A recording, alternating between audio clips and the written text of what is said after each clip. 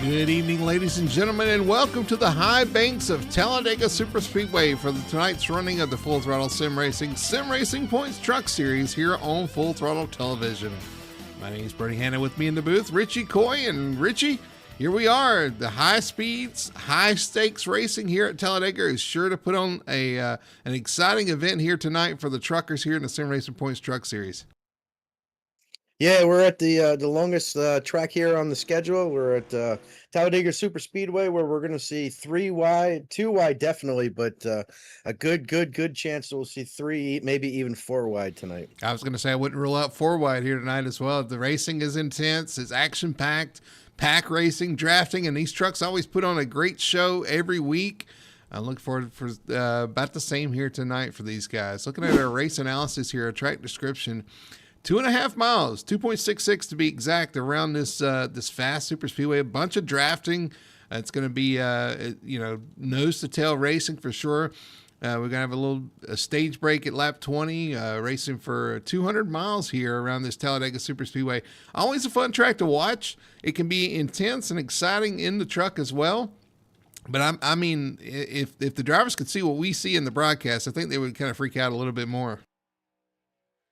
Yeah, I'm sure if they got to see how close they are to each other and what they're going on, absolutely. But in the truck, when you're back in the pack behind and pushing, you can't see anything but that spoiler and truck deck in front of you. So we end up having a lot of issues where something happens up in front, 2 or 3 cars up in front, and then you'll see the kick out back of the truck that didn't get to see what was going on. So good thing to not push the pusher tonight.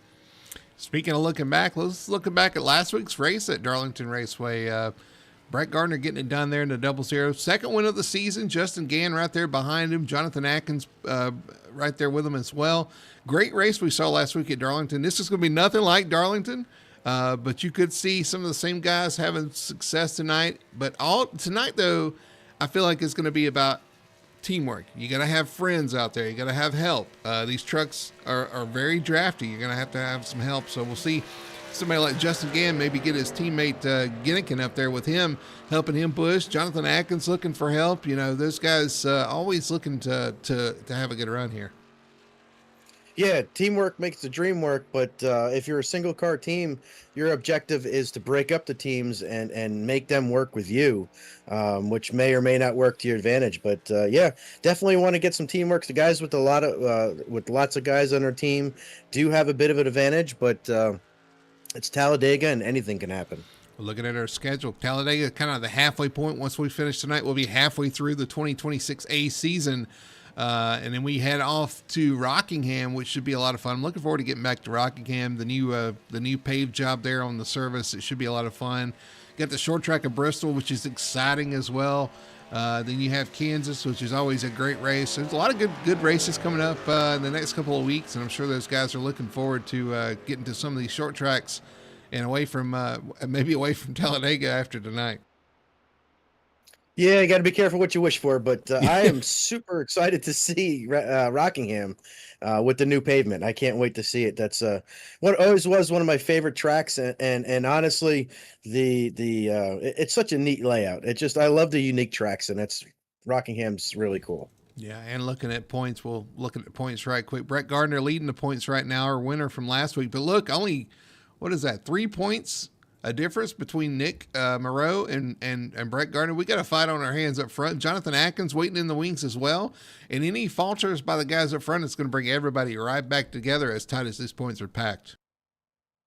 Yep, that win bonus that you get definitely propelled Brett up to the lead there. But it's 15 points. Jonathan wins tonight, and he's halfway there just by the winning.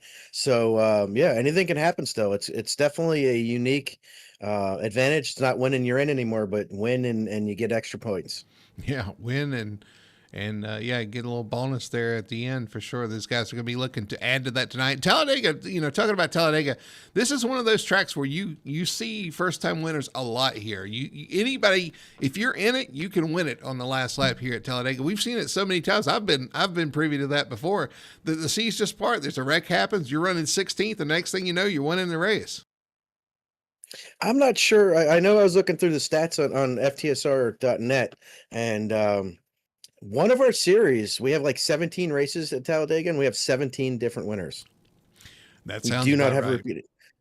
And it might be that the truck series. I'll have to check that out during the race. It very well could be because this series is known to produce new first time winners. We got a large pack, and the drafting here, the racing here in the trucks is always exciting. So it definitely could be.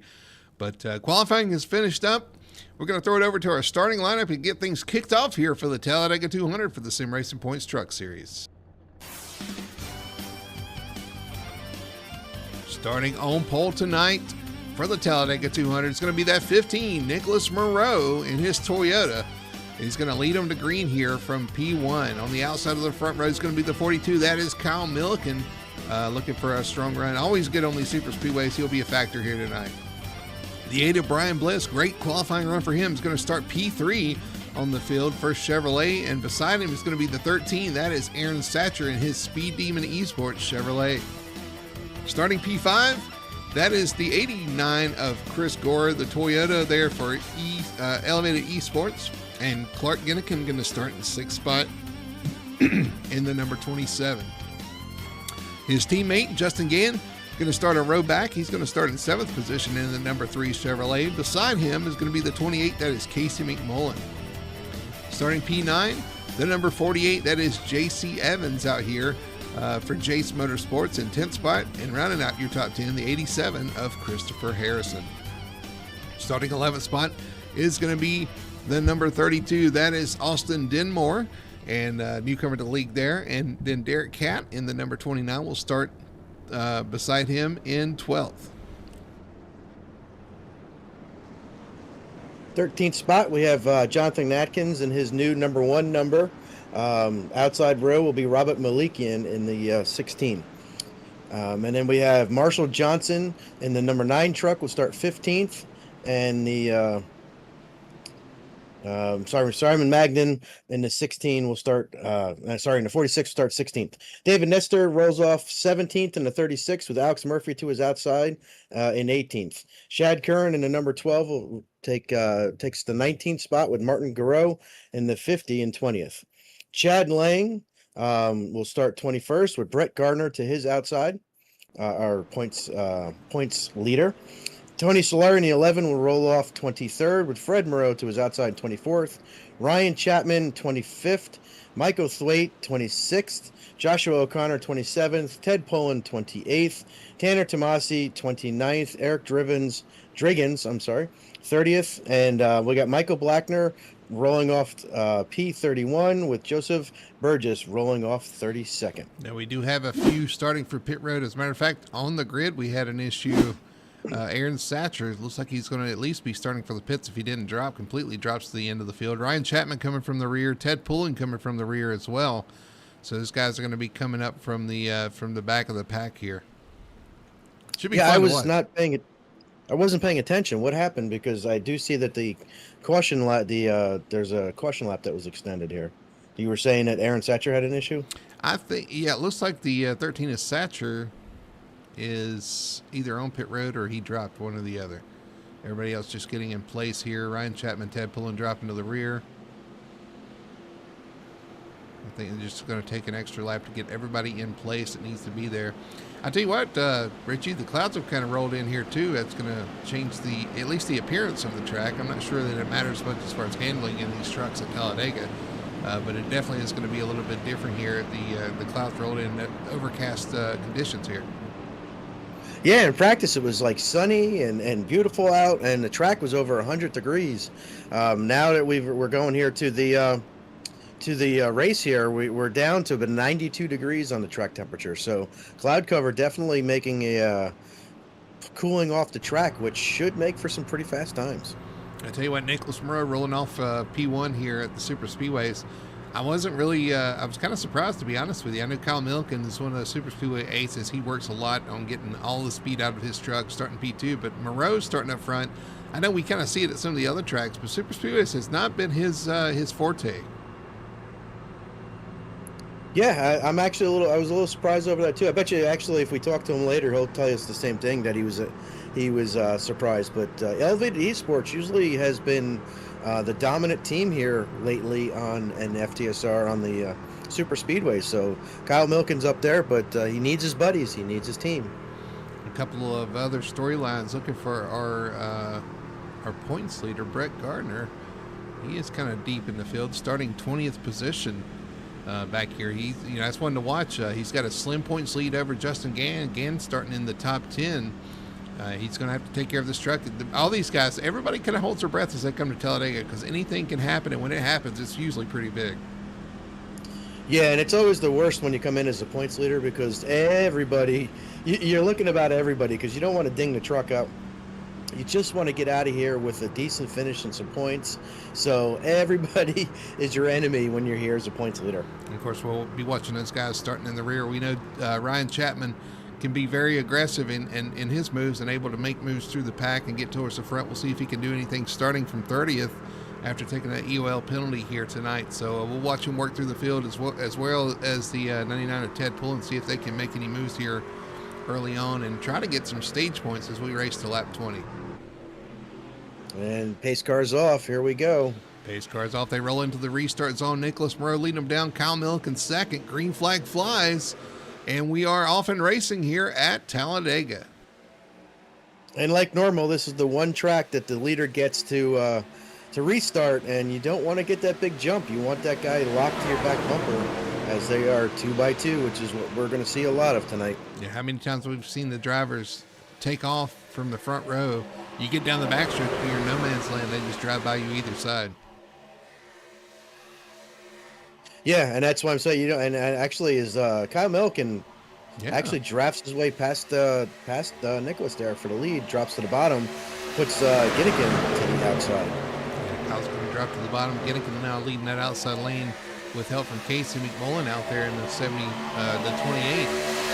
Casey will be a factor here as well. He's really good on these super speedways. You see the 42 of Kyle Milken having some issues, some technical issues there, but he's back.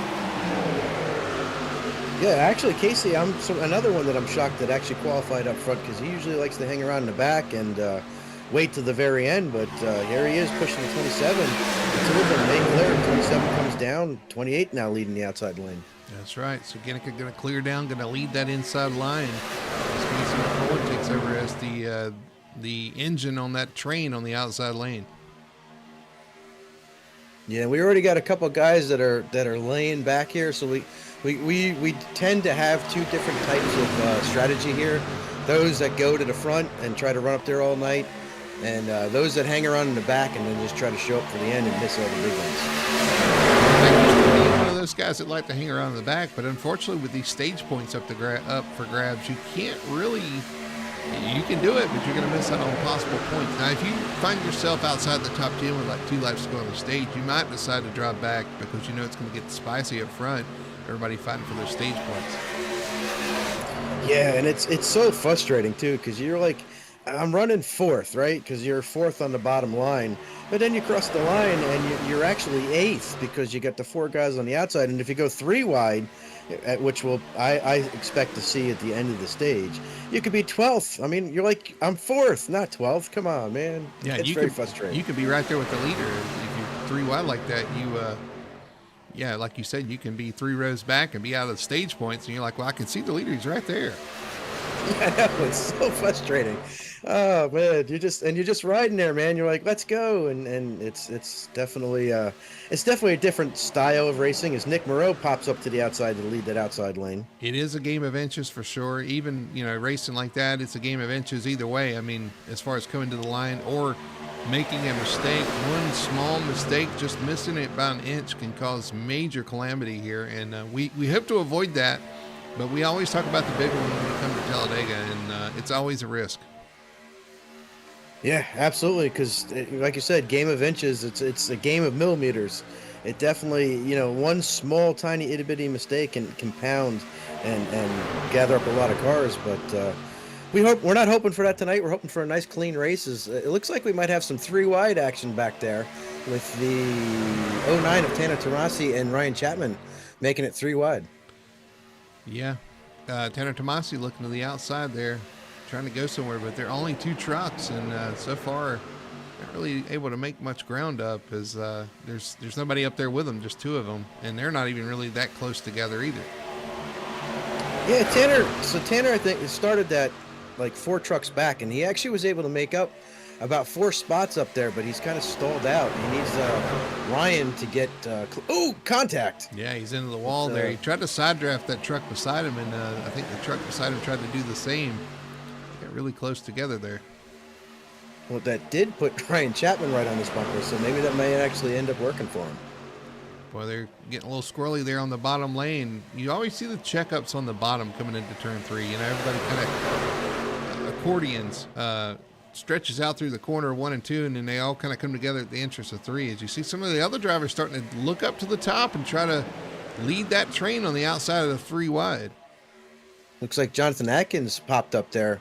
Tanner Tomasi is his teammate tonight, so we got some teammate action 3 wide up there, and they're starting to make a little hay. On board the 1 of Jonathan Atkins, now leading that line on the outside, just trying to inch forward. It's all you can do is just, it's a slow roll usually, trying to make that time up on the top. You can do it, but it's just, it takes time.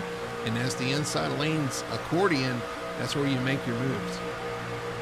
Yeah, and they're doing a pretty good shot. They're almost up to 3rd in line there, but you know, I think the checkup in turn 3 happens because everybody backs off at when you go through the trioval because it's so kind of treacherous to push as you're going through that trioval, and it takes all the way to the end of the backstretch before you've reached the top of the speed, and everybody backs off into 3, and that's where you start to get that checkup. Definitely can be treacherous, but it also is very entertaining. We're watching this 3 wide here. They're trying to work forward. Now there's 4 trucks up top, and they are making it work. They're starting to inch in on our front 2 here. They're actually there. Yeah. The more trucks they get up there, the more they're going to have more energy up there. It was the 16 and the 46 both decide to try to go up at the same time. I thought that was going to be a wreck. All over the back bumper of the 1, trying to push him clear, trying to push himself clear. When you do that, you kind of want to bring your teammate with you there in the 09 if he can ever clear, but they're making that work. Well, they came down to Ryan Chapman all the way from the end to 3rd, right in front of his teammate, but they had moved down to the 2nd lane, and then Nicholas Moreau moved up in front of Fred Moreau there, and he actually got into the wall a little bit. Yeah, but they are kind of hooked together now. The Moreau brothers trying to work that outside now as he moves up to the top and leads that 3rd lane. But yeah, meanwhile up front, Jonathan Atkins getting it done there with Tanner Tomasi. Like you said, Ryan Chapman, we knew he was going to march through the field. It kind of surprises me that it only took him this many laps. Only took him 7 laps to get up there. Are you surprised that it took him that little of laps or that many of laps? Well, I mean, if you're going to work through the pack by yourself, it's going to take you longer than that. He had a helping hand up there with some of the other guys willing to go to the top and ride to the front. So, yeah, absolutely. I mean, he went from 30th to 3rd, so that's in 7 laps. I think that's pretty good. We talked about helping hands from the teammates. We got somebody on the apron there, Biggie, Christopher. Ryan Biss. Okay. Looks like he's going to hold it down there. So far, so good. Wow, that was heads up by Brian there, not to try to come back up on the track, and because that could have been a big one. He's one of the ones who usually likes to ride in the back anyway, so I'm not so sure this is kind of a bad thing at this point. Get out of I'm not sure it's the way he wanted to do it, though. That's not the way he wanted to do it.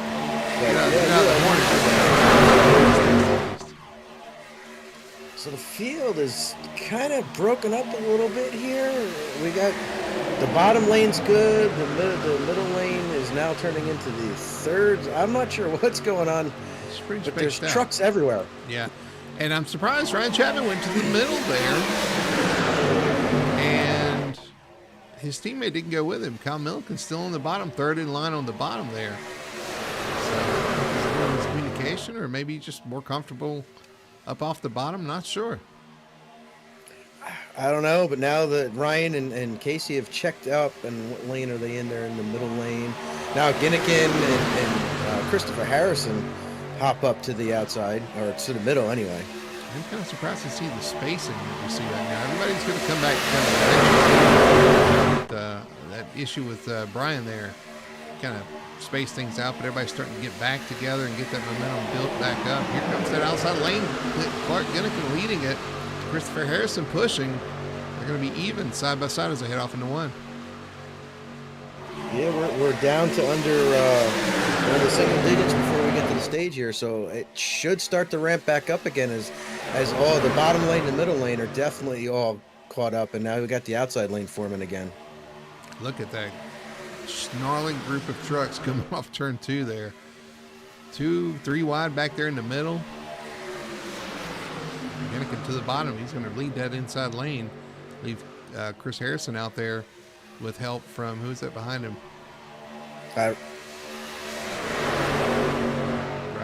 Ryan Chapman. Ryan Chapman. We got Derek Catt leading the outside lane. Him with Justin Gann and Joshua O'Connor are starting to make ends meet up on the outside again. A lot of moving around from that middle groove, that middle lane. You know, and we're watching this, and I'm watching guys making moves, and it's really kind of cool to see. This is like old school, where you can actually make moves. We got movement up front. Jonathan Atkins moves to the top, brings Tanner Tomasi with him around Clark Ginnigan. They're going to retake this lead down the backstretch. Leave Kyle Milliken out there side by side with Ginnigan. And Kyle's coming back, and he's got the 2 full lanes. Somebody's going to have to check up a little bit to pick Kyle up. It's going to be Harrison. He's going to stick to the middle there. J.C. Evans up to 5th, doing a good job right there in 5th spot. Chris Gordon in 4th. Yeah, Chris Gore's an elevated esports, so he can pick either Ryan and or Kyle to be, because he's teammates with both of them. Getting tight there. There's third and second lanes. Tight riding, and one small mistake could end in tragedy, but they have to be careful. Actually, Gore getting a good push from his teammate Ryan Chapman there on the outside. Oh, and looks like some guys are bailing on that outside lane. Man, there's just all kinds of movement going on here, but this has let the inside lane, I think there are 6 or 7 cars actually clear of the outside lane now. Running aboard the 17 to Chapman here, pushing his teammate Chris Gore in the 89. Trying to get something going. One truck moves up the track there in front of him. Robert Malikian in the 16, another elevated esports driver. They're trying to get linked up here and see if they can do something. As a matter of fact, there goes the 42 also. I'm sorry, that's not the 42. Got Shad Curran up there in, I think, 6th place. He's having a good run here tonight. Yeah, and that 32 truck.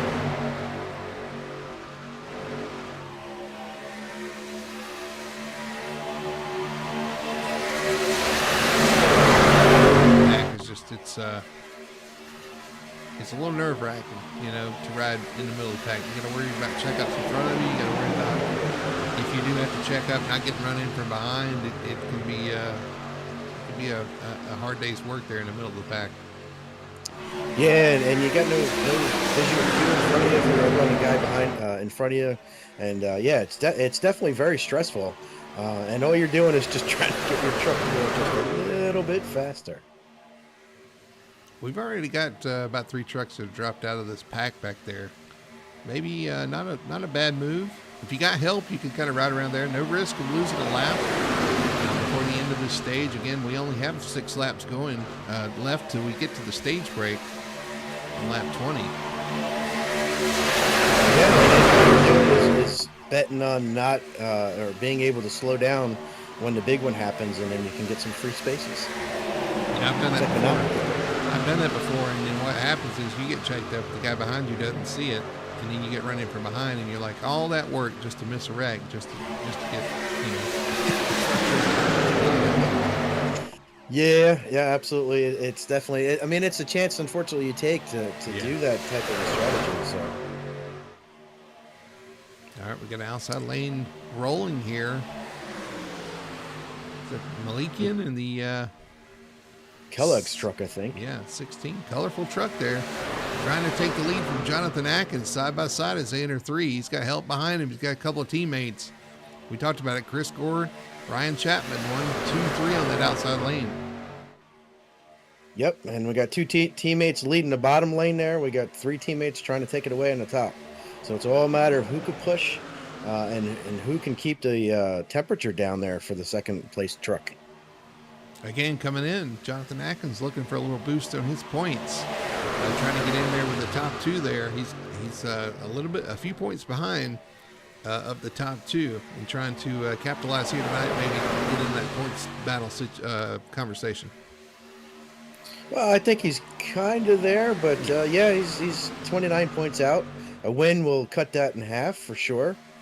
But Robert Malikian is saying, I want my 10 stage points. He just kind of ekes out front here. He's trying his best there, kind of getting that push from the outside and actually leading right now. And here comes that inside back. It's just going to be a yo-yo. You just try to time that right where you get the right run off turn 4 at the right time and get that run to the lead or to the line.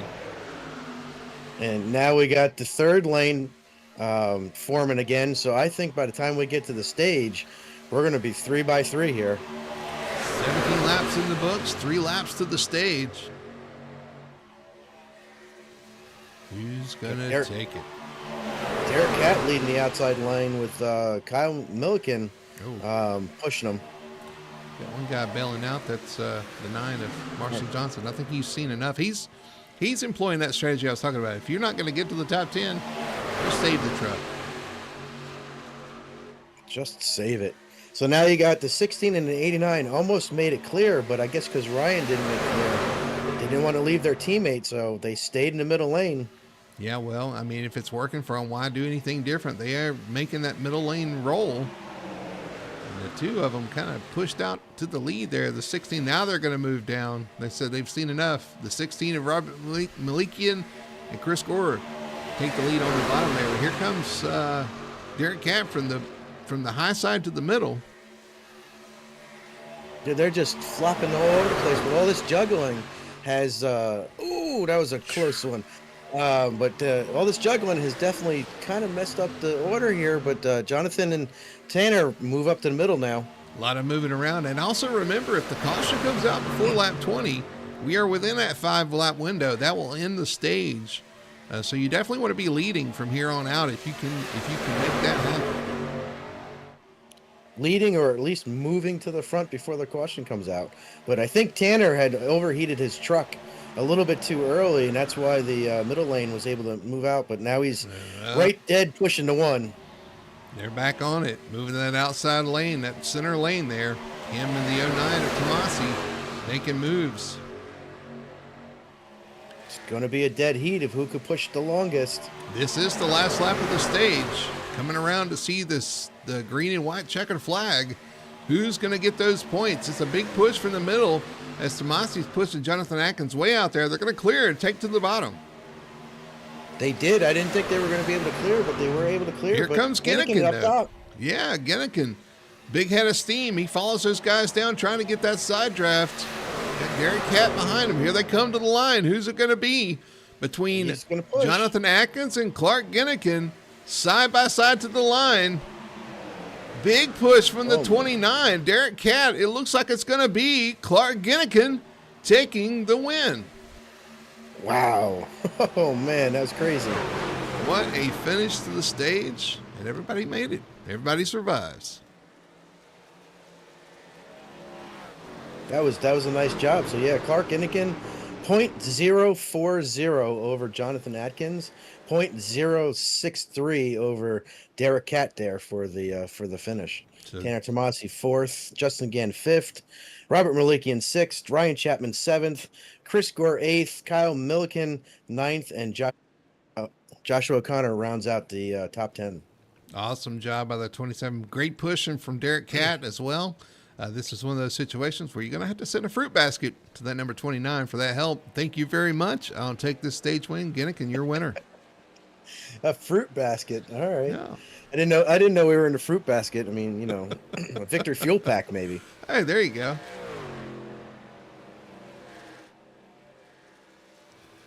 All right. Well, stage is complete as these guys wind down here. Now, I'll tell you who was a real big benefactor there was Joseph Burgess, who was poised to go down a lap probably in the next half lap, and the stage saved him. He They was able were, to come back around. yeah, they were starting to catch him for sure. He was at risk of going a lap down. I think he lost the draft there or started from pit road, not really sure, but able to save his race, and he's going to get back on the lead lap. And that's going to put all but Aaron Satcher, which I think he's not even out there. So every truck that's here right now running will be on the lead lap. Nice. That means that everybody's still got a shot. Yep. If you are in it, you can win it. So now we get to the point where, all right, we're at the stage. Everybody's got their stage points.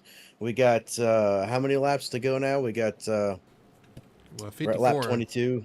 Yeah, 54. So we're going to have to make a pit stop, which is always kind of jumbles up the order. So do you run up front? Do you run in the back? Do you find your teammates for the pit stop? This is where strategy starts to come into the race. Well, if we go green from here, they're going to have to make another pit stop anyway. So there's still another stop to be had. And that's usually, for me, that's my trigger of, okay, it's go time once the final pit stop happens. Because at this point, we're racing all out to the end of the race. Right, but it's a matter of, when do you pit? Everybody has to pit, but do you pit together? Do you try to get a group together? I mean, there's a lot of nuances. It's not just run till you're out of fuel. And the 27.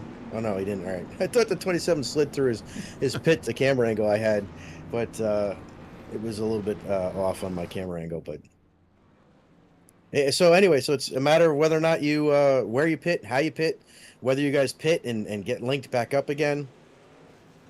Tires, no tires, 2 tires, fuel. Yep. A lot to settle between here and the end of the race. It's like Jonathan Atkins won the race off pit road. It does look like that. Kinnigan second. With let everybody get out of the pits, we can line them back up again. So yeah, it's like Atkins, Ginnikin, Gann, your top 3 with Cat and Tomasi, your top 5. Chapman sliding outside the top 10. Did he finish in the stage? He did. He finished, 8th or 7th, somewhere in that range. Somewhere in that range, yeah. Yeah, so he got some stage points. So I mean, that's a successful drive from the rear anyway for him to grab some stage points. I know he's had kind of a rough couple of races. It's kind of taken him out of the top few in points. He's looking to turn that around. Yeah, and he's won a race this year too, so we know he's got a good truck every week for sure. So and Simon Magnan, who has been up front every race. I think he's finished in the top 10 for every race, back in 9th. So looking for Simon to have another great stellar run tonight. They've really fired off them Rumble Racing. They fired off pretty well to this season. Has some really good runs. I know we had a good run at I know they kind of road course focused, so they had a good run at Long Beach. Him and his teammates. Where's his teammate at? Mark Groves back there. They've actually done a pretty good job this season of having some very consistent runs and finds himself in pretty solid positions. We got some guys coming in to top off here. So the first one I saw coming in was Eric Driggins in the 98, and he was only on pit road for 24 seconds last time. I'm thinking he didn't get all his tires or slid through the pits or something. Yeah, there's a lot of others coming to join him. The Brian Bliss coming down, Marshall Johnson, Michael Blackner, Chris Gore, who was running up front. He's come back in a second time. They could be topping off for sure. I think as we're looking at the motorhomes for some reason. There we go.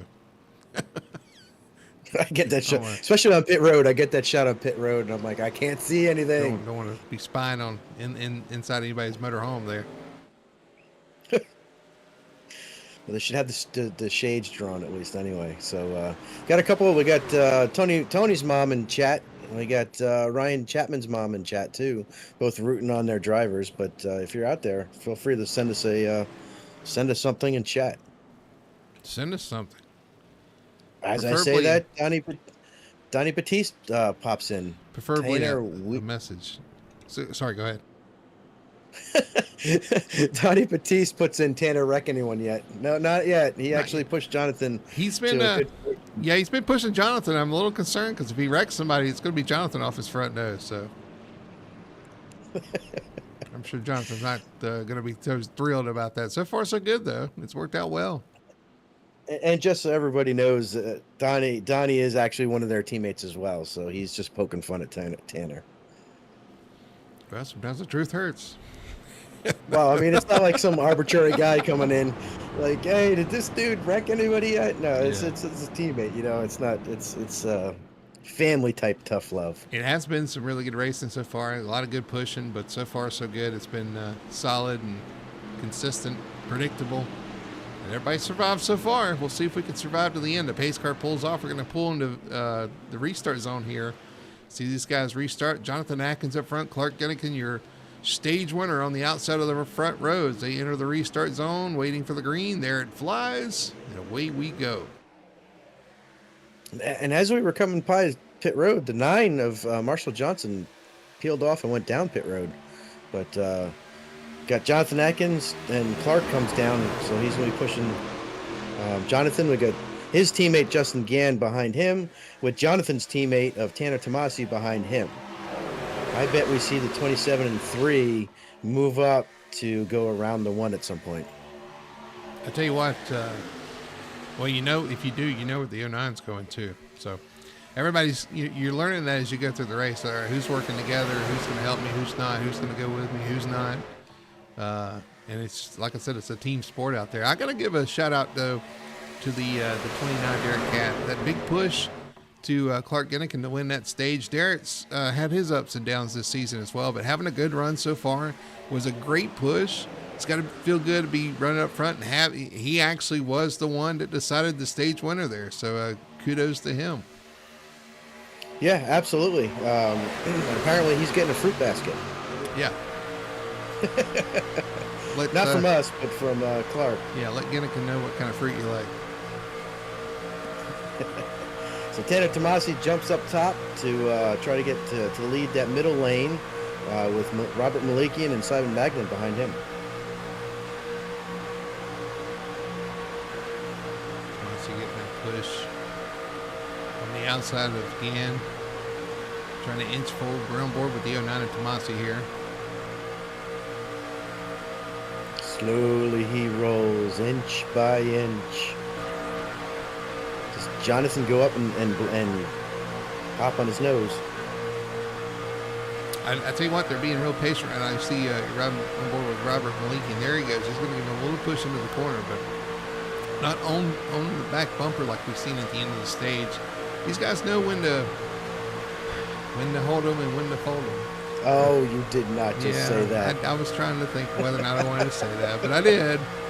But yeah, I mean, right now you want to get to the front, but it's not imperative to get to the front at this point. You know, you want to be at the front at the right time, and the right time at this point is that lap 94 or 70. What is 76? That's the other race. It's 94. Yeah, 75, 76. Yeah. So the end of lap 6, 75. 7, something. 6, 7. My daughter will love the broadcast. Like and subscribe. Right now you're looking for your teammates is really what you're looking for, because you're all going to be setting up really for the pit stop, and you want to pit with your guys. I thought Robert Malikian was going to go to the outside, but maybe just got a little bit of a push there. I don't know. Yeah, if it poked out just a little, maybe cooling down just a little. That's possible. Again, like I said, right now it's not imperative to be up front. Although you would like to be up front, it's not. I would like to be at least a lap ahead of everybody else. Yeah, I'd like to have the race over and let them finish. But Tanner has been pushed out front, and he is now leading the race. Donnie, look, he's leading. He is. Hurry, take a picture. Oh, and a 16 leaves him. Takes over the bottom. pull to the bottom. The 09 missed that move. The 16 going to move to the bottom and lead that inside lane from Jonathan Atkins. Push from Atkins here in the second inside lane. And as this is going on, Ryan Chapman and Nicholas Moreau and Alex Murphy have started the third lane to try to get themselves to the front, and it looks like they're making some headway. 3 wide back there, kind of right outside the top 10 now. The back end of the top 10, they're actually making some pretty good progress. I've seen that outside lane work enough that you're going to see that into this race. Somebody's going to pop up there and try to make that happen. And I always am kind of concerned when you get that third lane going, does it hurt that middle lane? But so far, it hasn't really hurt them too bad. Well, I mean, so there's only 3 people in the middle lane, and that's even... So right now, both outside lanes are hurting each other. As there's no organization and there's no energy going on. And you're watching the bottom lane now just kind of move its way out. Meanwhile, up front, the top 3 are just kind of looking at that behind them saying, you guys go, y'all settle that back there. Just stay back there for now. We'll just ride around here. And then we still have the guys that are at the back half of this field just kind of waiting and biding their time. But we got 2 teammates now moving towards the middle. We got the 95, I think it is, and the 98. Yep, actually all 3 of them. The 95, the 99, and the 98 are all back to back there, right in the middle. It's back a little bit. Yeah, Ted Pillar leading that middle groove. Sort of. You got 3 up front as well. You got Jonathan Atkins now actually moved out with Tanner Tomasi, going to retake this lead over the 16 of Robert Malikian. He's going to shape up there. That was Ryan Chapman, who's now leaving Simon Magnan out. As Jonathan and Tanner hooked up, he kind of just... here goes Tanner to block that outside lane. The 17 of Ryan Chapman, a major block, and the 17's like, I'm not going to have any of that. He's going to leave him out here. I'm not sure why he would have done that and left his teammate Jonathan Atkins there, because I don't think Tanner's going to have a lot of friends here. That's going to hurt. Yeah, it's going to go backwards. He's the only one up there on the third lane. Nobody's going up with him. Unless his plan was to go to the back for whatever reason, but he's definitely going to be going there. No help. Yeah, he has lost a dozen positions at this particular point. This is Ryan Chapman being pushed by Nicholas Moreau down the backstretch, put the 17 of Ryan Chapman up front. Here comes Moreau with that head of steam in the back of the 17 of Chapman. They're going to retake the lead going into turn 3, rolling on the outside lane. That is Alex Murphy behind him in the third. Yep, in the 30. I find it odd that we do have 2 brothers in this race that are racing each other, and I never see them working together at these tracks. Got Nicholas Moreau on the outside there, and Fred somewhere around the end of the top 10, but Nicholas came up, drove by Fred, and said, "See ya, I'm going to help Ryan up here." And Fred said, "Okay, I'm going to hang on back here." Just two different approaches here. It's just I find it chuckles a little bit because my dad and my uncle raced, and they had 2 completely different styles as well. Yeah, I mean, the thing is, it can be stressful racing like this the whole time. Some guys, and I'm getting to that point where you kind of want to breathe. Like, I just want to ride for a little bit and kind of, save, keep my stress level low and save it for the end of the race. Some of the other guys, they want to go 100% all the time, and that works for them. But you got to be wired that way. Well, as long as we're not half throttling it here, and we're full throttle at the front of the field, I think we're good. I don't care who's saving what or needs a break or anything. As long as the field is doing 100% and not that we got to save time at the pit stop type mentality. Tanner Tomasi back there in the middle trying to do a little side drafting.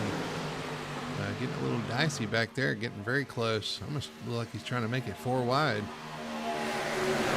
Yeah, he went back on the outside lane, and now he's on the inside lane, and he's only got one person helping him on the inside lane, although the outside just became the middle. So, as I say that, Yeah, I know. I'm having a hard time outside, or is it the outside lane inside or the middle middle. lane?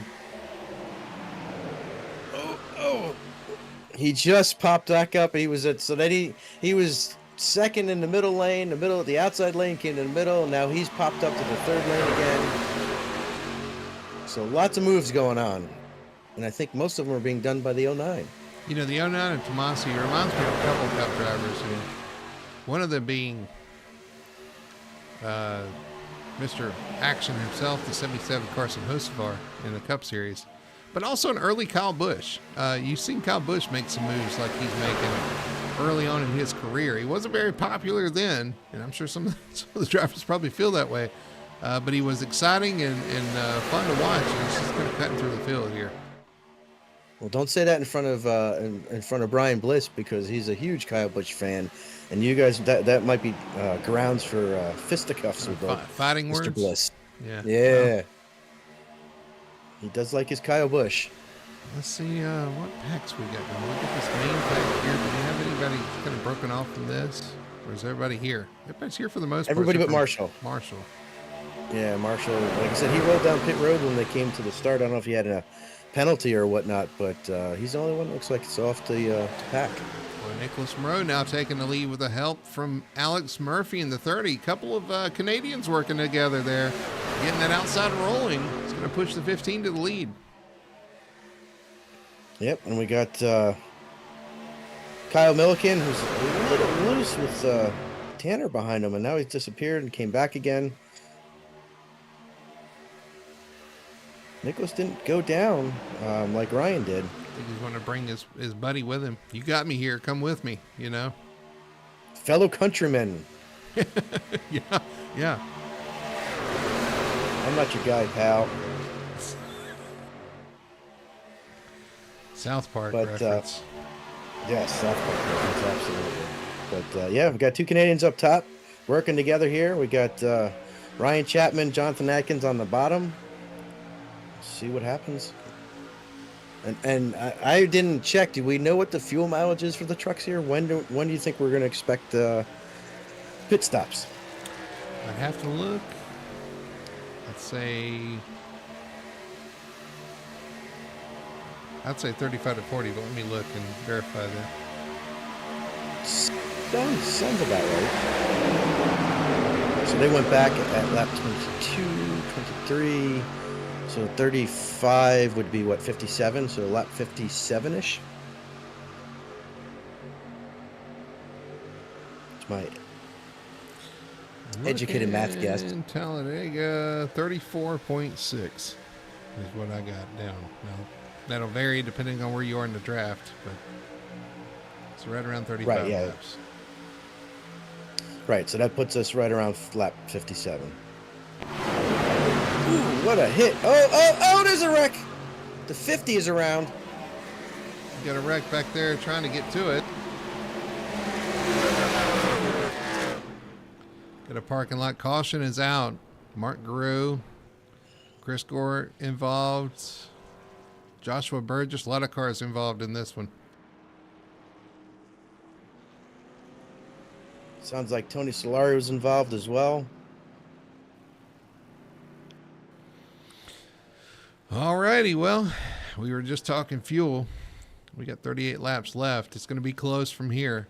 Let's go back and look, though, at our best one tire and AutoCare instant replay. Going into the corner.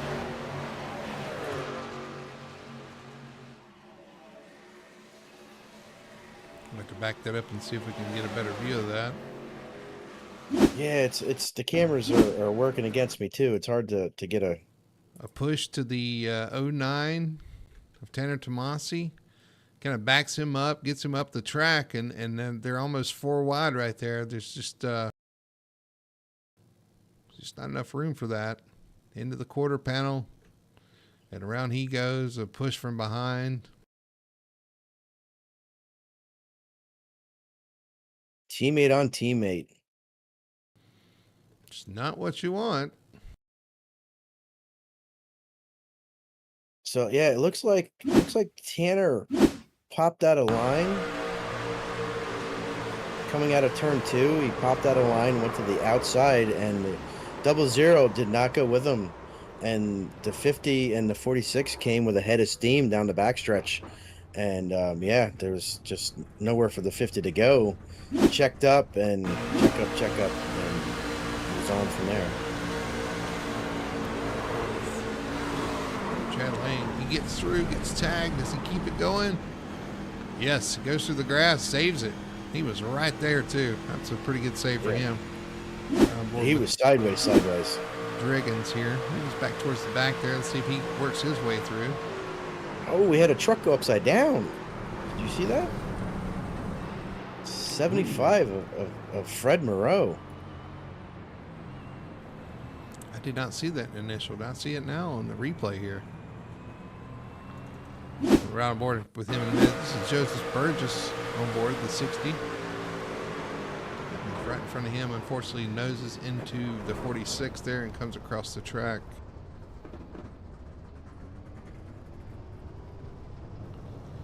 Who else? You said the 75? Yeah, Fred Moreau. Oh, this is after he's already... Oh. And iRacing did everything it could possibly not to let that truck flip over. Right there behind him, unfortunately. Tries to get out of the way. What? Interesting. Right? He slides forever on his side. And eventually iRacing was like, fine, you can go over on your roof. Well, that's not the way you wanted it to flip. No, but if you're going to flip, you want it to flip. I mean, come on. Let's ride aboard with Chris Gore here. I think he gets through this fairly unscathed. No, not really. Okay. Unfortunately, yeah. Oh, back into Tony Solari there. Yeah. Did Tony get through it minus that damage? He did not. He came over the radio and said that he was junk. Oh.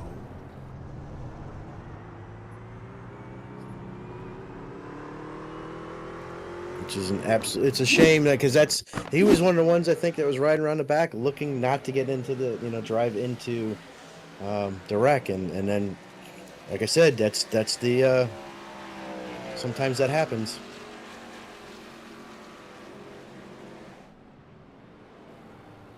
So another wreck here, or the first wreck of the night. First caution for incident here as Mark Garreau goes around after a checkup with the 09 in front of him.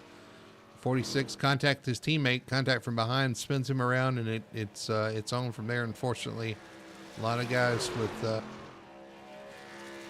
with some damage there. We got some 1 lap to go pit stops here to top off on fuel as well. Looks like these guys are going to come down top off here on fuel. And try to make it. 35 laps remaining. That's right on the nose. So the top 3, Nicholas Moreau, Alex Murphy, and Brett Gardner, did not pit at all. They were last on pit road at the stage at lap 22. And we haven't called Brett Gardner's name all night. Here he is in third, staying out, trying to get some track position, kind of stuck in traffic back there, trying to move up. But you're right. They did not stop. Obviously, they feel confident enough to make it from here, but they might have to do a little fuel saving to make it. I can't see him making it from lap 22 to the end of the race. Oh. Maybe, yeah, I mean, that's a long way. Oh, you're right. Yeah, they did not stop the first time by did that. I thought they stopped the first time by. No, they did not. No, they did not. They did not stop. So 75 laps. We're at lap 40. So that'd be what, 76? It may be close for some of the guys that pitted and did not come in and top off to make it. Yeah, I feel like the guys that topped off can make it from here. And if we stay green, this is a death sentence for those guys that stayed out and pitted on lap 22. They're going to have to make a green flag stop, and everybody else doesn't have to stop. Or at least if they do, they only have to get a splash even then. Yeah, and it's going to be, we got a couple guys that pitted on lap 39, then a couple guys that came down on lap 40 and topped off.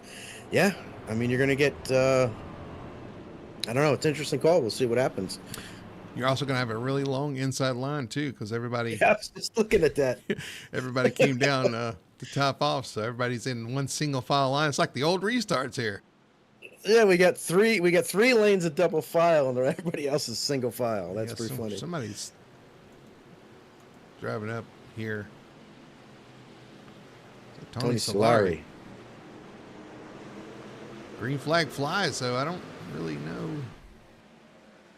I'm not sure what Tony was doing. Yeah, not sure what that was either. Somebody jumped out of line before the line as well there. That's going to be a... Unless they're going backwards, they are. A lot of confusion here on this restart. There's a couple trucks that got slight damage, like Michael Blackner actually had a glancing blow. I'm curious to see how some of these trucks handle as we go through here, especially with the single file. Side by side up front, though. First three rows are side by side. Brett Gardner, Nicholas Moreau side by side on the front here. Gardner trying to get that lap lead. Yeah, as we'll say, we haven't called his name all night long, and now here he is fighting for the lead.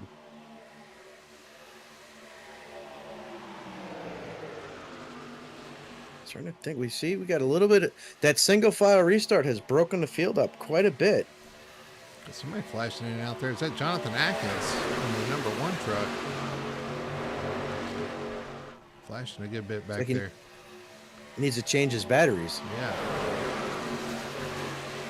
Batteries must be low. It's not like F1 though, where you need to recharge them. It's not that kind of a recharge. You gotta put change the batteries in his controller. Nicholas Moreau leading out front. Alex Murphy in second. Atkins with some serious issues. It's weird too, because I'm looking at his quality. Yeah, his ping is super high. His quality's at 102, so hopefully his ping can come down. You know that single file we had back there? Yeah, we don't have that anymore. Not back there, but up front we do. Yeah.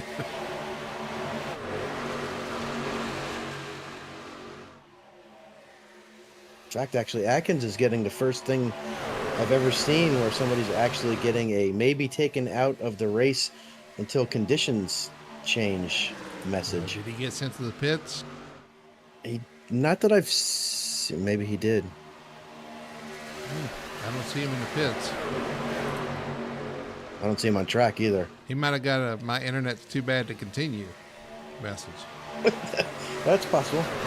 Oh, no. Race control. Driver Jonathan Atkins of the car 1 has been sent to the pits due to connection issues. All right. Well, that is the first time that I know of that we've seen that. So. Yeah. All right. We got Ryan Chapman working together here with Robert Maliki and a couple of teammates. Kyle Milken in there as back a little ways, but there as well. Side by side, they're still kind of broken up front. I'm kind of surprised how spaced out it is. Yeah, that's what I was saying. It's just, it's weird. It's a weird race going on here, but I know that eventually everybody's going to come together right at the very end. 2 pseudo teammates raiding up there, actually on the outside, catching the front of the outside with Brian Bliss and Michael Blackner. Dave Nestor in tow.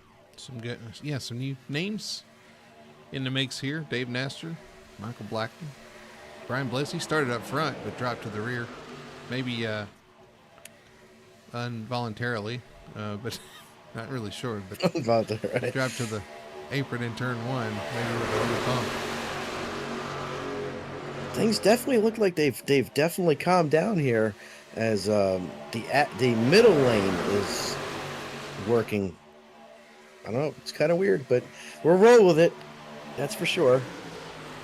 Nicholas Moreau, Alex Murphy, Brian Bliss, your top 3. You got Michael Blackner, Dave Nestor, Brett Gardner, Robert Malikian, Chris Gore, Ryan Chapman, and Kyle Milliken, your top 10. Yeah, look right behind them. You got the 60 of Joseph Burgess, who was about to go a lap down at the stage, and here he is in, I don't know, the top 9. He's in the top 10 right now. He's right in front of that wreck too. In front of himself, right here behind Chris Gore on that outside lane. And right behind him, Marshall Johnson, who was also riding around by himself, who was going to go a lap down, and now here he is right behind the lead pack. Never know till the checkered flag falls who's going to be in contention here. Like I said, if you're in it, you can win it. They found some fortune there and now find themselves towards the front. Looks like Tanner Tomasi disconnected. I didn't think he got any damage in that.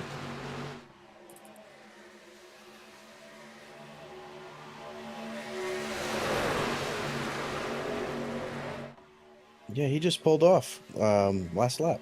Wonder if he got a black flag.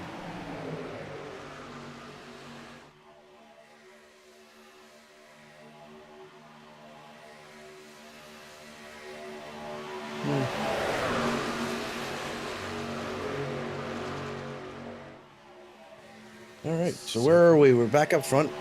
We got is that Chris Gore in the bottom lane now? And the bottom lane looks like it's starting to catch back up again. You got Burgess, Nestor, Bliss. Well, Bliss is up there. You got Michael Blackman. They are still kind of spread out. I am really surprised. I mean, it's not go time yet. I don't have a problem with this, but I'm surprised how spaced out they are and not packed up together like I would expect. But again, there's some riding to be done here before the end. We got 28 laps remaining. We're nowhere near the end of this, so maybe everybody just kind of taking it easy here. Oh, maybe, yeah, could be. You're right. That's a good point. Yes. Yeah, I was just thinking we got fuel. People trying to save fuel, but we've got two guys up front that didn't pit. Yeah, I think there's three of them. I don't know where the third one is, but you got Nicholas Moreau, Alex Murphy, and Greg Gardner. Yeah, who are going to have to pit here. What do we say, 35 laps?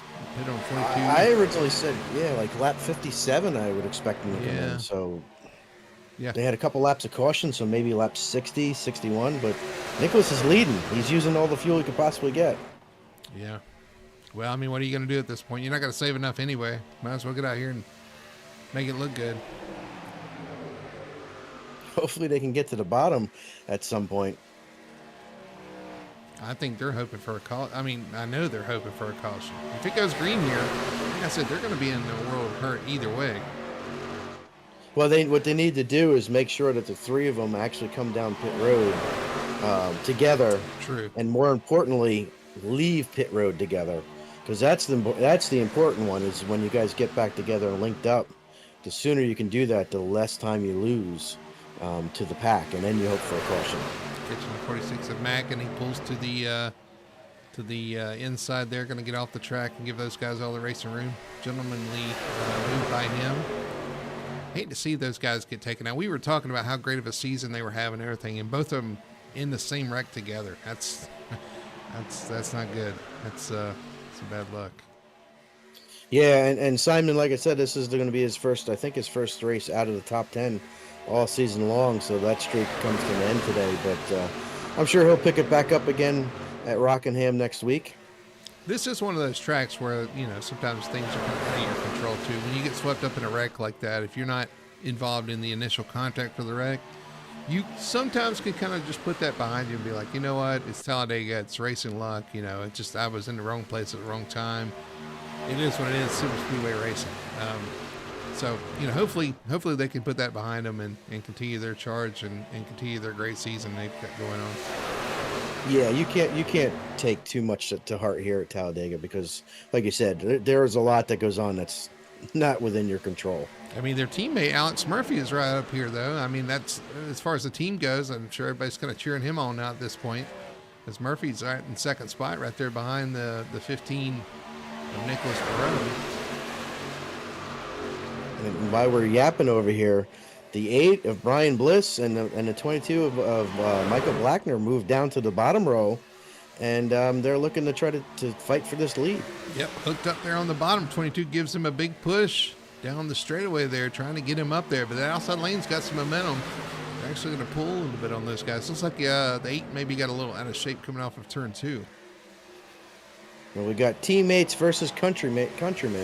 So the battle rages here. Looking third on that outside lane. That's the 9 of Marshall Johnson. We talked about him having a good run so far tonight. Yeah. You got Joseph Burgess. The 8 is loose. Sorry, go ahead. The 8's loose because he's got his rear wheels off the ground. The 22's got his rear wheels off the ground. Michael, I said push, not lift. It's hard to get traction when you're not touching the ground. Especially in a rear-wheel drive car, right? These aren't all-wheel drives. That top slide, I mean, they're just maintaining out there, really. I'm kind of surprised. But like you said, I think everybody's just kind of in fuel save. The majority of these guys are in fuel save mode. But that 15, he's able to pull that top side around because he's not saving fuel. There's no reason for him to save fuel. He's all out. Nope. And a couple guys coming to pit road. Is that what I just saw? You do. You got several guys coming up pit road. I am so confused. O'Connor, Shaq Curran, Justin Gann, Austin Denmore. Maybe we're off a little bit and they couldn't make it. Maybe these are the ones that didn't top off. I don't know, but they come to pit road, and we'll see if the other guys do that as well. But if they're fuel, our excuse for them being spaced out was that they were fuel saving. Maybe these guys are fuel saving and those guys couldn't make it. I don't know. Hey, we're going to find out. I'm a little confused, but Joseph Burgess pulls down in front of the 8 of Brian Bliss. Put Burgess to the he make his way to the lead from almost a lap down to the lead. He's got help from the 8 of Brian Bliss. He dropped down off that outside lane. It's only 3 cars up there. The 9 of Marshall Johnson, the 30 of Alex Murphy. Actually, they dropped to the bottom now. They're going to leave the 9 of Marshall Johnson out there on the top. I bet you they're about to make a pit stop. Maybe. As I'm watching the other pack that pitted, they are not really working well together. They got a little bit spread out. So we'll see what happens when these pit. And I'm still curious if we're going to have guys that don't pit. I know. I would think somebody could stretch it here. I guess we'll see. Maybe somebody's playing it long game. Here, we're going to have pit stops. There are some in the back peeling off. Brett Garner, he was one of the guys from lap 22. Yeah, Brett was going to have to make a pit stop. You got Ted Pullen coming in with Michael Thwaites and Eric Driggins. That's the team cars there, the top 3. Casey McMullen coming in with J.C. Evans as well, and those are teammates as well. So some of the teammates choosing to pit together right there. Yeah, and now Casey did top off. So if he can't make it topping off, maybe everybody needs to actually pit. Because eventually what's going to happen is if you don't pit and there's only a couple of you, you're going to be a lot slower than the main pack. We got 19 laps at the line. It'll be 19 laps remaining when they come back around here.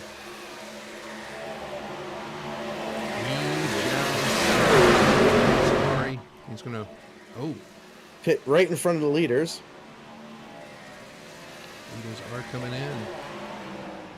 Ooh, Chris Gore a little shaky coming in, but you got Dave Nestor and Ryan Chapman, Robert Malikian, and Kyle Milken on pit lane.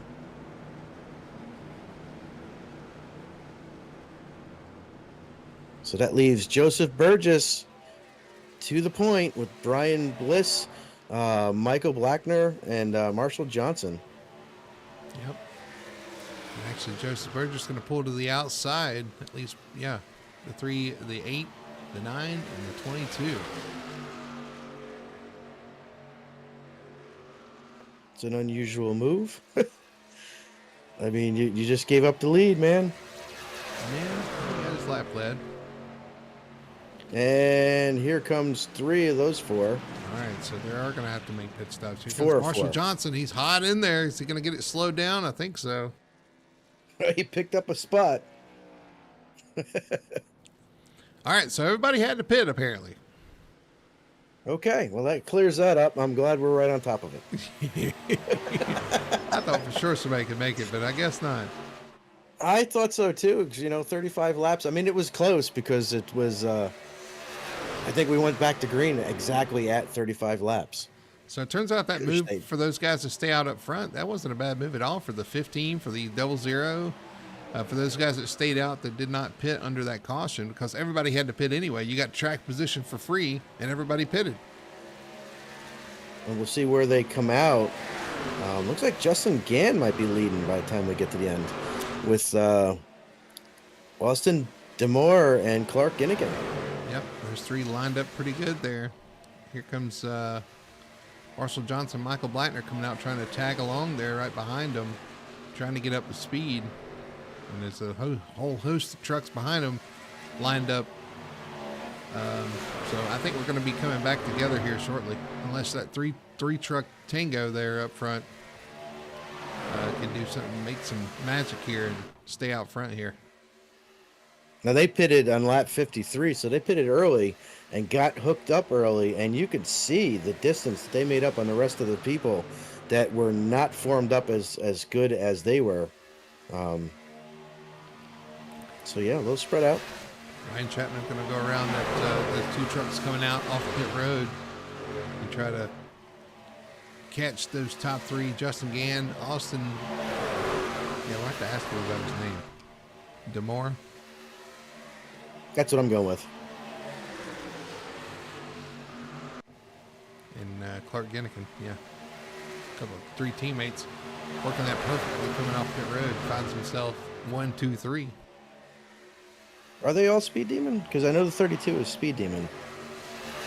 Yeah. Or at least affiliated. Right. But yeah, they are Speed Demon. Okay. Yeah. And behind them, we got 5 elevated esports. From the 17 of Ryan Chapman back to the 42 of Kyle Milliken, all nose to tail. And I do believe that they are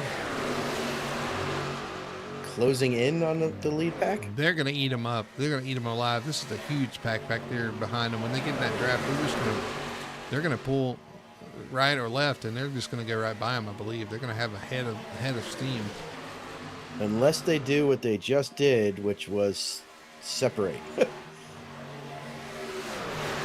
As Alex Murphy and Michael Blackner and a few others move up to the outside lane.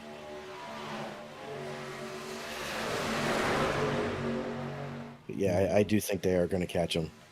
It's just a matter of time. We are going to have 15 laps remaining at the line.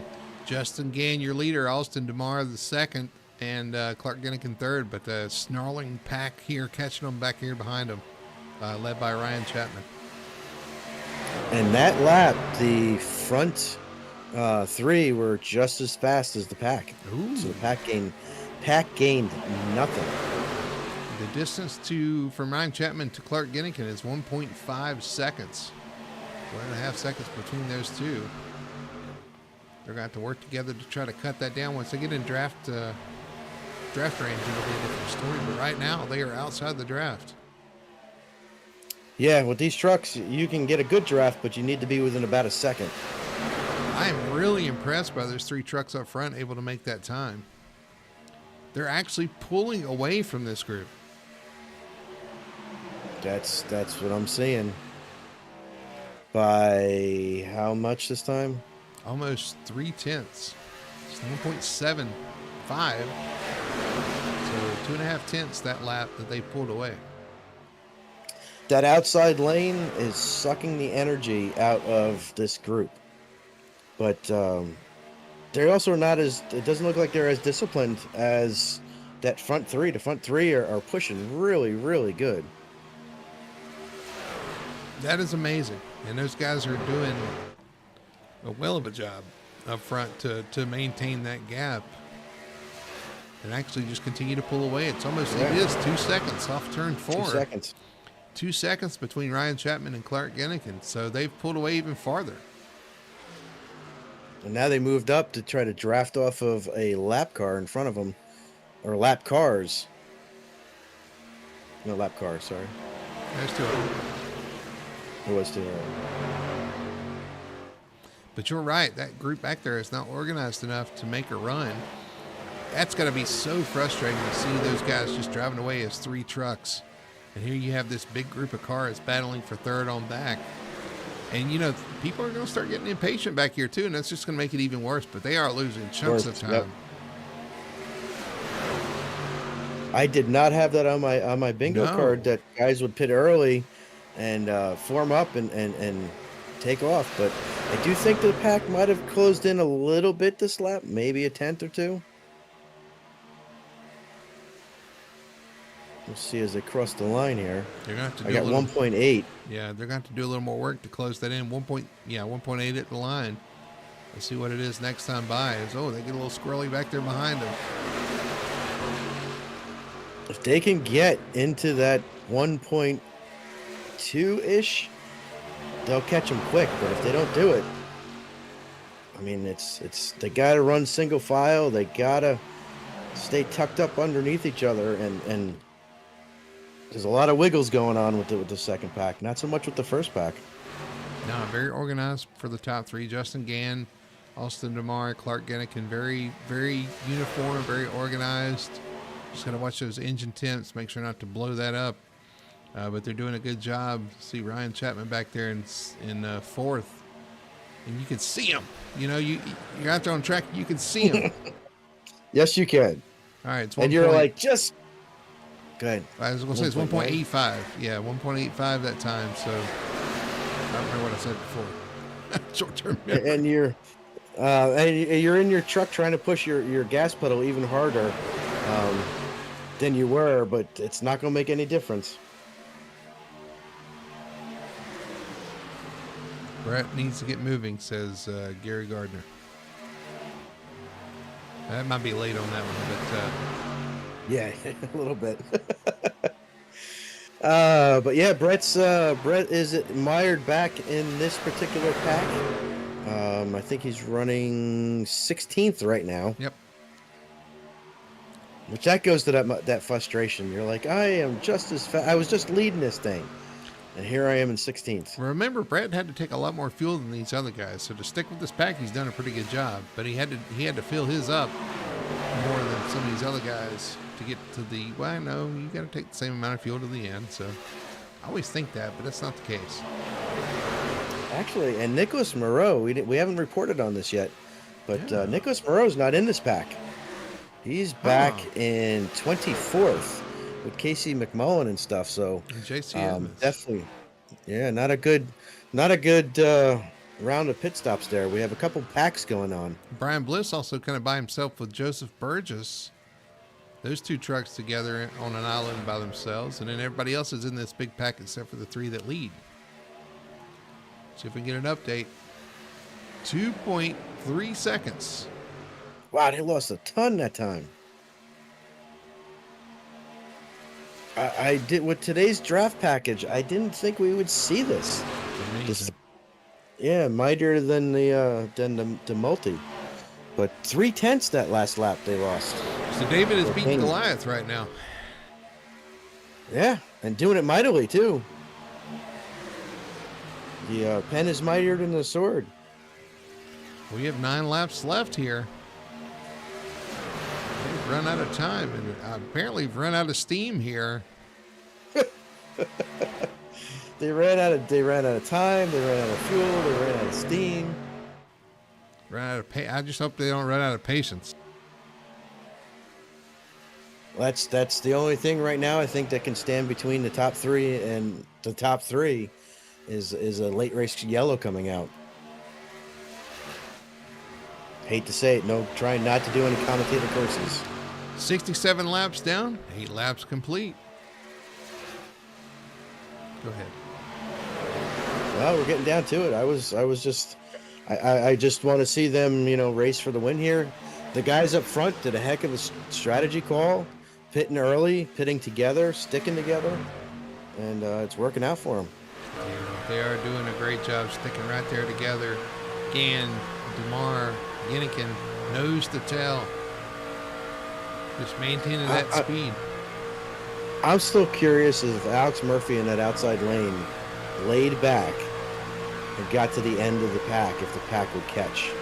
I'm still thinking that the 30 in the outside lane is taking too much energy. Could be, but I mean, you're asking a lot of people to sacrifice so that you can maybe catch the pack. And you know, it's as a race car driver, it's the hardest thing. You get in these packs and you're like, man, guys, just stay in line, stay together. Well, it's easy for you to say when you're up front. When you're riding side by side about 5 cars back, you're like, man, I'm fighting for position here for the end of the race. I don't really want to give this up just for hopes that we catch the pack. So it's just like you got different people on different agendas. It's just so hard to get it organized. Oh, I completely agree. I'm not saying that he needed to do that. I wasn't expecting him to because he's fighting for a top 10. You know what I mean? He's fighting for his race too, and again, it's a hope and a dream of being able to make it up there, especially now that they're almost 3 seconds back. Yeah, 2.7 seconds back. Ginnikin to Ryan Chapman that time by, and look, the sun's graced us with its presence finally here. It's been overcast all race, but now the sun's come out. So now we got the outside lane bigger than the inside lane. Well, at this point, I think they might have just decided that it's going to be between this group here. At least the guys back there have decided that. Yeah, exactly. We're not catching them. The guys up front haven't decided that. The guys in the back of this pack are like, yep, it's time for us to go. Yeah. So it's just going to bleed from here, unfortunately. 2.9 seconds. Yeah, every lap they're getting further and further. Although that lap they maintained. Man, what a job did the three of them up front are doing. That was a great call. It was great execution.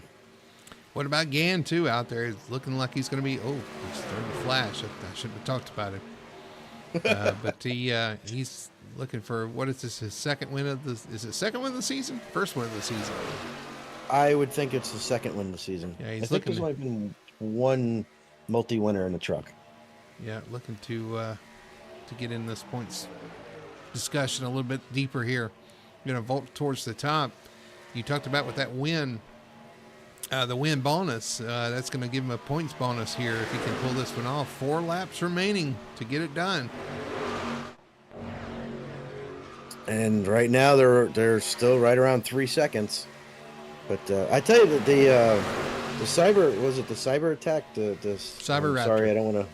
Cyber Raptor team up there leading the outside lane. They're trying, and now you got Brett Gardner that just popped up in front of him. Yeah, where did he come from? Bottom lane. Oh yeah, thanks. He wants to get involved in this battle here. One of our Rams. Him and the 4th Chad Lang actually side by side in the new Dodge Ram, or sorry. Not Dodge. Stellantis. The Ram. Fiat Motorworks, whatever they're called. Ram. Yeah, that still boggles my mind. And the weird part is I went by a Dodge dealership over the weekend, and it says Dodge, and they sell Ram at the same place still. Well, you can go to a dealership and it sells Plymouth and Pontiac and Buick and GMC. They sell, you know. So you got the Ford F-150, the Chevy Silverado, the Toyota Tundra, and the Dodge, and the Ram. When we go have a Jeep out here. Wouldn't that be something? Yeah, go for it. Go 4 or 5, doesn't matter. Get as many manufacturers out there as possible. All right, we're coming to 2 laps remaining here. They're catching some lap traffic here. That car on the bottom should be moving up. There he goes. Get a little draft off him. They're going to go right by. There's Derek Catt, Martin Garreau. They went by. I'll tell you what Brian Chapman is not catching. And that's the top 3. A cold?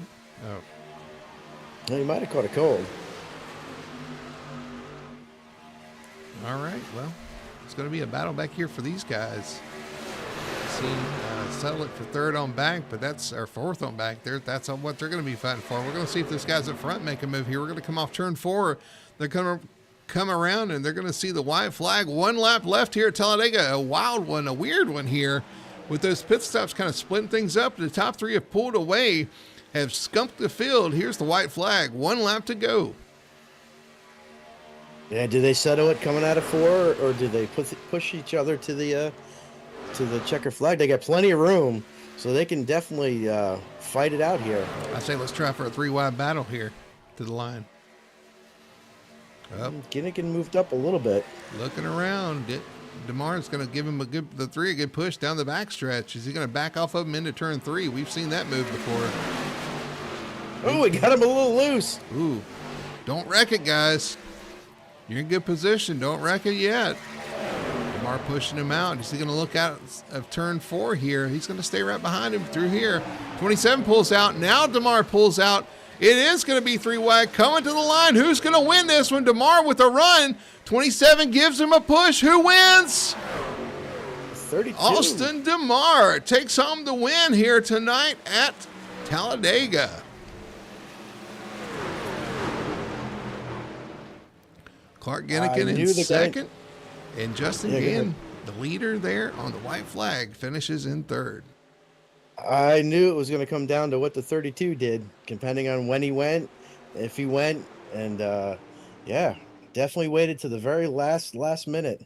Pulled out, got that side draft, pushed the 32 in victory lane. Austin DeMar, your winner here tonight at Talladega. I'm still blown away at those guys able to maintain and actually pull away from that big pack behind them. Great teamwork by all 3 of these guys. Yeah, they were right behind each other. They didn't move. They didn't get out of wiggle. They just stayed 1, 2, 3. And if you looked at the big pack, they were not as solid. So we're on board with the 32 DeMar here. This last lap, we're on board with the 32. We're going to watch him kind of push. He comes off turn 2s, gives the 3 a great push here. Down the backstretch, going to speed it up a little bit. Down into turn 3. Right on the back bumper, on the back bumper, on the back bumper. Does get him a little out of shape at turn 3 like you were talking about. Kind of disconnects from him, gets a little bit ahead of steam. He's going to look to the out. Oh, he pushed him. The 3 kind of moves, but now the 32 moves out, gets that side draft on the 3 there, pulls him back. At the same time, the 27 pulls behind him, and he's going to win here at Talladega. First start in the league. Winner, chicken dinner. He's actually been in the O'Reilly series for a couple of races. Oh. Yes. First race in the series? Trucks. Yes, in the series. All right, let's look at our results. He did a great job, because if he had moved out earlier, I think the 27 might have had a good enough run, but he waited for the 27 to make his move and then stall out a little bit. It was actually a really good move. It was. Good move to the line there. DeMar getting it done. Austin DeMar, your winner, the 32. Chevrolet for Speed Demon Esports. 1, 2, 3 for Speed Demon, actually. Clark Ginnigan finished in second. Justin Gann in third. Ryan Chapman comes home fourth there. Just could not run down those top 3. Robert Malikian finishes in 5th. Chris Gore finishes in 6th spot. Great run. And there's Dave Nestor and Kyle Milliken. Elevated Esports all in a row. 5 in a row there. 4th through 8th. 9th spot going to go to the 4 of Chad Lang. He had a rough run at Darlington last week. Good rebound for him. 10th spot for Shad Curran. In 10th spot. The 11th is going to go to Christopher Harrison. I almost said Hamilton. Sound like a president. 12th spot for Joshua O'Connor. 13th for Alex Murphy. 14th is going to go to Marshall Johnson. 15th to Michael Thwaites. Ted Pullen. 16th, 17th for Eric Driggins. And those are teammates as well. 15th, 16th, 17th. Good run for Cyber Raptor there. Or at least a solid run, and they kind of finished there together. Michael Blackner falls to 18th. 19th for Brett Gardner, our points leader. And 20th for J.C. Evans. AC McMullen pulls in 21st spot with Nicholas Moreau in 22nd. Joseph Burgess with his brush at the front of the field. Unfortunately, after pit stops, comes back and finishes 23rd. Same thing with Brian Bliss, who was up front right before pit stops, finishes 24th. Derek Catt, first car lap down in 25th. Martin Garreau and the 50 truck is 26th. Simon Magnan, his teammate, finishes 27th. Tony Solari, 28th. Tanner Tomasi, 29th with his teammate. Jonathan Atkins looked really strong early. Unfortunately, with connection issues, finishes 30th. Fred Moreau, 31st, our truck that flipped over. And Aaron Satcher did not make the call tonight to finish 32nd. Pretty wild race. We had that one minor big one, I guess, a medium one.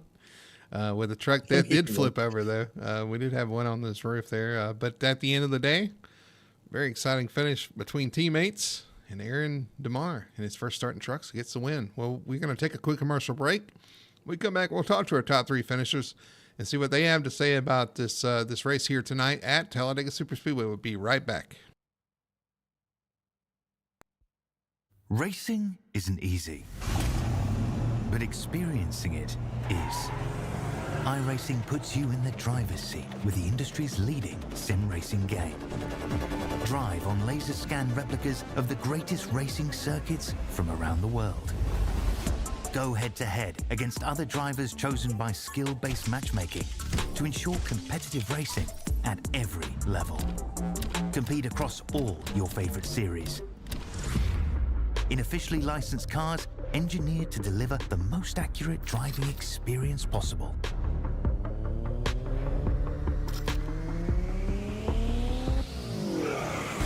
Join a race or host your own with players from across the globe. Race against the computer or in a league with friends. Feel the thrill behind the wheel. Visit iRacing.com.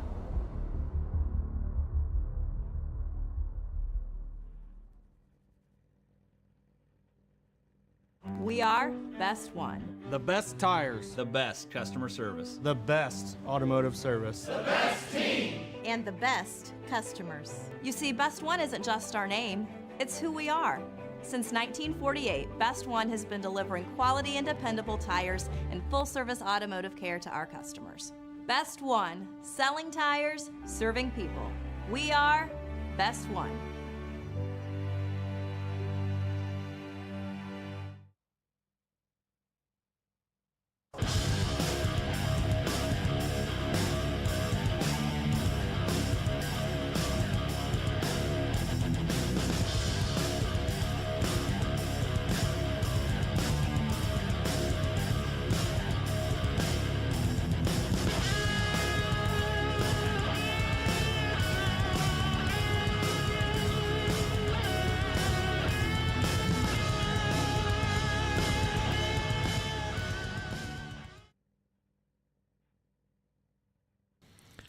Back here at Talladega Superspeedway, finishing up the Talladega 200 for the Sim Racing Points Truck Series here on Full Throttle Television.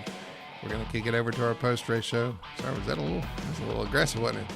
We'll kick it over to our post-race show, sponsored by Sim Racing Points here, and talk to our top 3 finishers. We'll start with our third place finisher, who was leading at the white flag. And unfortunately, Justin Gann, man, congratulations on third place, man, but you were leading on the white flag lap and your teammates sold you out. Yeah. Honestly, I told him, I was like, I'm not going to race for it. I'm just going to hang on the bottom. Y'all do what you want. I'll get to win another night if I need to. Well, I appreciate you making you guys making the last lap interesting, because other than that, man, you guys had them covered there. You come off pit road about a second and a half ahead, and you guys just stretched it out. Were you surprised that the 3 of you guys, your 3 trucks, were able to pull away from that Starling pack back there behind you? No, I mean, that was part of our strategy, pitting early, breaking away from the field that was, between fuel saving, running too wide. We knew as long as 3 of us came out after that pit entry, then we were going to be able to pull the pack no matter what they had back there. So that's just, I would just say, years of running super speedways and strategy, and it actually worked out tonight for us. Yeah, absolutely. You guys came in, got that little bit of fuel you needed, came out ahead of them, and never looked back, man. You guys look strong. Your team looks strong tonight. Those guys, those cars are tuned up for sure, man. how much you guys put a lot of work into, like you said, years of practice at super speedways. Do you guys put in work tonight, or is it just overall just the time you guys have spent together over the years? Yeah, just the time we spent together. We've been in multiple leagues. We've done, of course, Road to Pro and all that, and dealt with a lot of the setup shops, and you learn a lot from all the different people you meet, and start figuring out strategies like that. Super speedways, they're always like 50-50, and that's one of the strategies that is hard to make work, but when you can make it work, I mean, it pays off like it did tonight. And if there's ever a big one, you guys aren't in it, so it just happened to work out. So I'm excited for the team, excited for Austin. His first race gets the win. And yeah, 1, 2, 3, you can't beat that. Absolutely, man. You guys looked on rails there tonight. You got it figured out, had the strategy pulled out right, and you had to have the race go to the green the rest of the race, or else you're gonna have those dreaded restarts, man. How much was that kind of going through you guys' head there at the end? Like, you need this to go to the end. Oh yeah, I was just like, white flag, where you at? White Yeah, flag. exactly. Exactly, man. Well, you guys look great out there, man. You played the strategy just right. Top 3 finish for all 3 of you. It's got to be good. Good for points as well. You survived Talladega. I know everybody kind of comes in holding their breath, man. So congratulations. 3rd place finish tonight. Solid run. I'm going to hand it to you, let you do your shout-outs and your sponsor plugs. Yep. Shout out to Van Lilly's stickers, Icon Apparel, GTR Simulators, everybody on the team for doing what they needed to do tonight. So Speed Demon Esports, everybody over there, Shad for heading things up. You guys for putting the broadcast on for us, and running this league, having a blast. Absolutely. And you guys putting on the show there at the end. Awesome. So love it, man. It was a lot of fun to watch. Congratulations, man. We'll see you next week. All right. Appreciate it, fellas. All right. Your third place finisher tonight, Justin Gang, getting it done in that number 30 truck. Leading on the white flag lap, still comes home with top 3, but he's a team player. All 3 of those guys finished 1, 2, 3. We're going to get to talk to all of them. As a matter of fact, you're going to talk to Mr. Second Place, Clark Ginnikin, who I think you're standing by with right now. Yep, I'm down here with Clark Ginnigan, finishing P2 tonight. Team going 1, 2, 3. Did you guys draw straws there at the end? Because you tried to go early, but didn't quite have enough there. Yeah, not necessarily. I think it was just we were committed to making sure the team was going to win. And as badly as I wanted to get super aggressive inside draft Austin, I also didn't want to right hook him in the fence. And I didn't really want to do anything that would ruin the race for us. As long as we secured the 1, 2, 3, I honestly don't care about the order, man. I finally got a stage win. That's step 1. Eventually I'll win one of these truck races, but that was a blast, man. Justin and Austin were awesome. I hate that the rest of our teammates kind of had some trouble on pit road, didn't quite get to stay up there with us, but we were hauling, and that was awesome. Yeah, you guys had a great strategy there with the pit call, pitting early and then staying together. But Brody messaged during the broadcast, said during the stage there that you should be sending Derek Cat a fruit basket or something for pushing to the stage win. Oh, absolutely, man. I owe him at least a beer. I was kind of waiting to see what would happen with that top lane, and then I guess they checked up. I was able to get up in front of him in the middle, and then it was just timing it off of 2 to get around. I think it was the 09 and the 1. He stayed committed. He did a great job pushing, didn't wreck me, and like I said, finally got a stage win. Yeah, great job. But and P2 tonight. So I mean, but the team did, like I said, the team did a fantastic job, and you guys were pulling away from the pack, just tucked up underneath each other. But fantastic job. And yeah, I'm sure a win's coming soon. But I'm going to open up the floor for any sponsor plugs or shout outs you're going to give. Yeah, I mean, if I could win in the trucks, I could win in the O'Reilly car. It'd be great. But fortunately, I can't do that. I appreciate all the guys at Speed Demon Esports. Awesome group, man. We worked tremendously together tonight. It was real fun to break away from the pack. You don't see that too often. Appreciate you guys broadcasting, all the admins in the league. Icon Apparel, and again, shout out to everybody at Speed Demon Esports. That was a blast. All right, well, there's your second place finisher tonight, part of a 3-team 1, 2, 3. And Brody, I think you're down there with somebody new to the truck series here with his first win. Yeah, I was told he has a couple of starts here in the Xfinity series, or the O'Reilly series. I'm going to mess that up all season. But first race in the trucks, and you got the dub, man. Congratulations. You guys worked together as a team awesomely out there. Were able to maintain that 1, 2, 3 out after pit stops and you made the right move off the turn 4 and take home the victory, man. Congratulations. Thank you. Yeah, the teamwork was really good. It's on and off pit road all day was really good. Just it's another super speedway, just trying to stay out of trouble and stay with the pack and make great pit stops all night. I mean, all three of you guys talk about the teamwork and working as a team and have that team mentality. I think it's really important. We talked about tonight in the broadcast about how important it is to have friends, have teammates out there and work well together. What does it take to have the chemistry to make up a team of drivers who are like-minded, that are kind of, you almost know what they're going to do when you're drafting with them, when you're pushing them, you can kind of predict what they're going to, what they're going to do as far as moves go. How do you build something like that? Does it just take time, or is it something you can actually work on in a short period of time? I feel like it's something that you can work on in a short period of time and build on it. You know what they're going to do, they know what you're going to do, and just as the three of us were able to stay together and not get apart, and we were able to pull away from that second pack and maintain that gap. It was just a teamwork tonight is what won me the race. Yeah, absolutely. Without them, I wouldn't have won. Well, you were in position. One of you three were going to win that race. I knew coming off turn 4 it was going to be a race to the line, and you made that move. And I think that move shows more experience than anything else. You knew exactly when to pull out. Rich even said it. You waited till the 27, kind of made his move and then dropped off. Then you made your move, got the side draft, pulled ahead, and you just placed that perfectly. Is that something you've worked on in the past? Is that, I guess it goes back to how much experience you have on the sim. I've been running sim for about 10 years. And I've had good luck with super speedways, good and bad luck, and that's kind of been the move that I've usually done, is just hang back till the last corner of the race and pull out at the right time and side draft them to get the win. It was textbook, man. Looked great out there. I know Gann probably saw it coming. He knew it was coming, but there's not much you can do about it if you know what you're doing there in that move off turn 4, man. So congratulations. I'm going to throw it to Richie though, and let Richie have some words here. Well, my first question is how do we pronounce your last name? There you go. Demore. Demore. Okay. We were going back and forth. That's what I was going with Demore. But congratulations, man. Definitely a great start to the truck series. And hope to see you come back more for some more truck racing. Yeah, for sure. This was a good night. I'll be back next week for Rockingham. Hopefully I can put on a good finish there for the team and put on a good race for the people out there watching. Yeah, I don't know if you're looking for a ride, but this is a pretty good audition for sure. Some of the teams out there may be looking, if you're looking to fill in somewhere else. I know you're filling in that 32 truck and making it look good out there, man. So congratulations once again on the win. I do want to do one thing. I usually try to do this with the new guys, especially the new guys that win.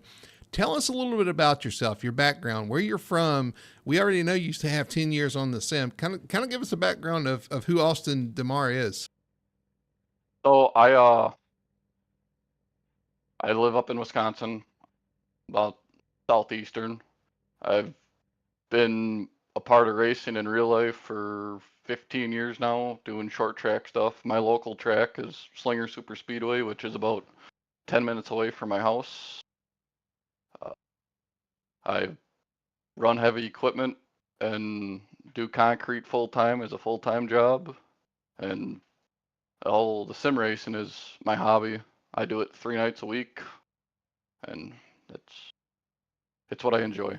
Absolutely, man. Slinger, I enjoy that track too. And in the sim, it's got to be awesome in person. That has to be really cool. Yeah, it's cool to see, man. Good to have you on board for sure. Love to have you out there.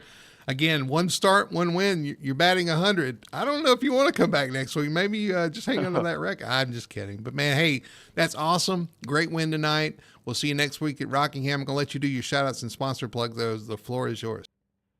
All right. I got to, first and foremost, give a big shout-out to the team, the whole Speed Demon Esports team. They were top-notch tonight. Couldn't have done it without them.